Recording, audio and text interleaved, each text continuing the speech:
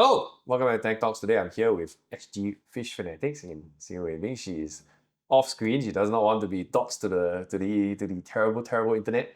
So we'll still be talking to her. But yeah, so hi, why don't you introduce yourself and kind of talk us through how you started in this whole journey? Yeah, sure. I'm known on IG as SGfishfanatic, and I've been, I think, in the reef keeping hobby for about 2 years. So before that, I don't know whether it's like everybody else, I was a freshwater person, and then I kind of like worked my way up. So I started from like guppies at like 7, then I went to like breed fighting fish, then I got bored, then I bred goldfish, then goldfish not enough, I bred shrimp. So it was like increasing difficulty lah, across time. So when can we expect you to breed clownfishes and once tanks? these two mature and start, laying eggs, I'll be there already. Yeah. Okay, dijongi lah, dijongi.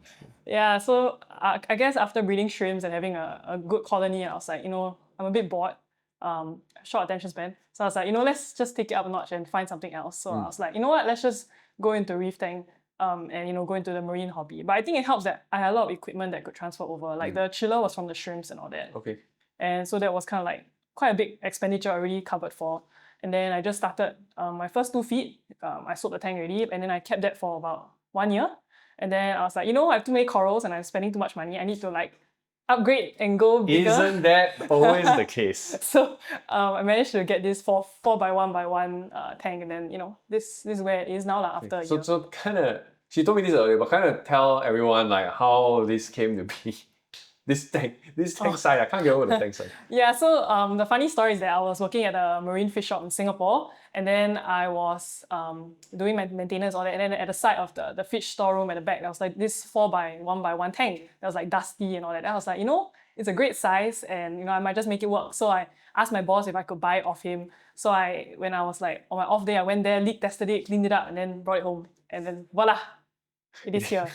I kind of want this size, but it is quite limiting in some stuff that you can keep, right? I mean, the scape has to be, it can't go a certain height.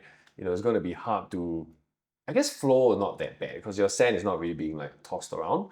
So it's not, and what challenges in particular have you faced? Like, your previous 2 foot was taller, right? Like, yeah. So what was it easier or more difficult with such a tank? So for this, I think the height was definitely an issue.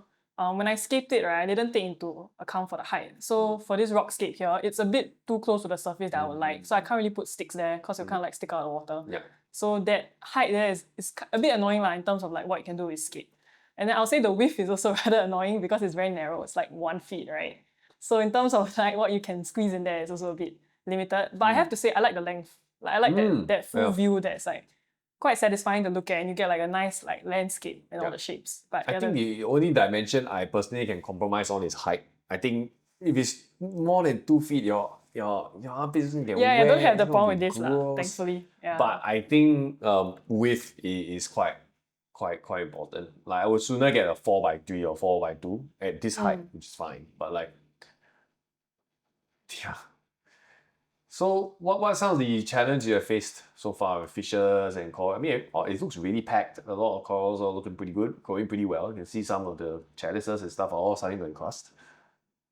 So what's your maintenance schedule with it? Maintenance will be once a week, 10-15% water change. Okay. Top up the kelp, dose my trace, and that's about it.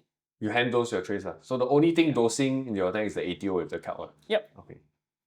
Yeah, so I hand those the trace. Problems with fish. I'll say fish jumping out before the lid, which was I had to pester her to like annoying get a jump guard. I was like, can you just get a jump guard? Oh, my fish jumped out again. Like, my bad. Yeah. I think the residents are a bit of an asshole, especially the Royal Grama and the Pajama. I think they like to chase everybody away.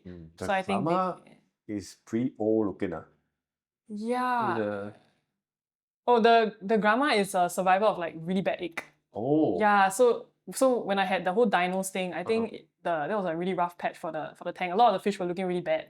Egg and like breathing really heavy, and he was really bad. I thought he would die, but still made it. But he was scratching a lot, like really bad. It looks like it's some permanent scarring. Yeah, so I was take a like, look later. Damn. So I got the UV, and immediately next day cleared up like much better egg. And then I just been feeding, but I think those scars are like battle wounds at this point. Yeah. But he's still alive and kicking, so looks like a grandpa. Yeah. Yeah, and this is like my 4th one, like trying to keep. I honestly have not much luck with grandmas. Well, granted, I usually put it in large tanks and I just don't see them. But yeah, so the leopards are great, super cute. I know you had a cutie below, a small little cutie here to make sure that they're eating and stuff like that before they go in. Yep.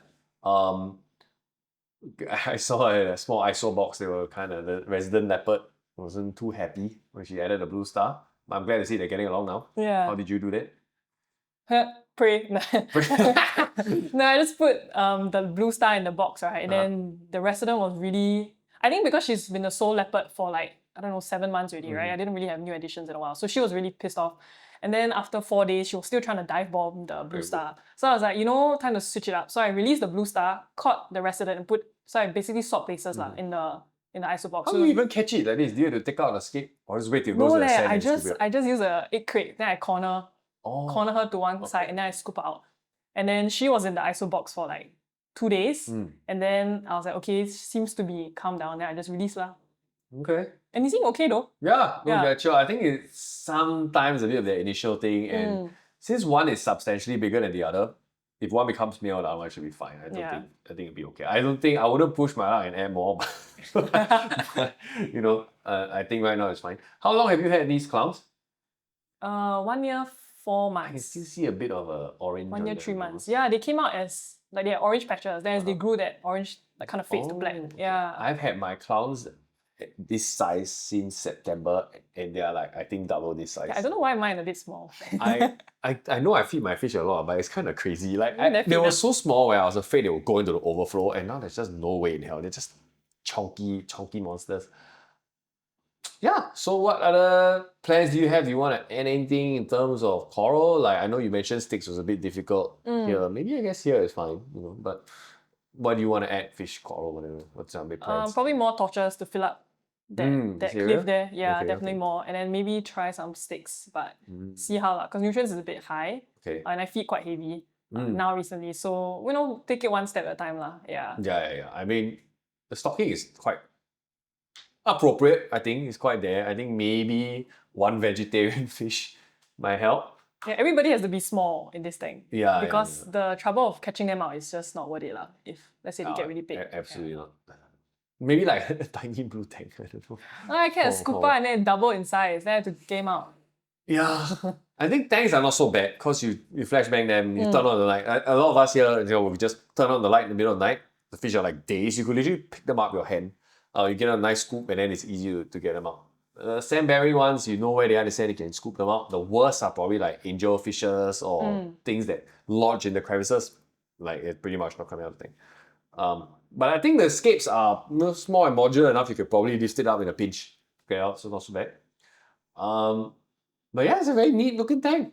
I'm very tickled to see this work. I think it's nice and chill. Pretty much quite quiet, I think. Would you say the chiller kicks on a lot or something this size? Or? Recently with the heat. Oh, man, but recently, on average it's still okay.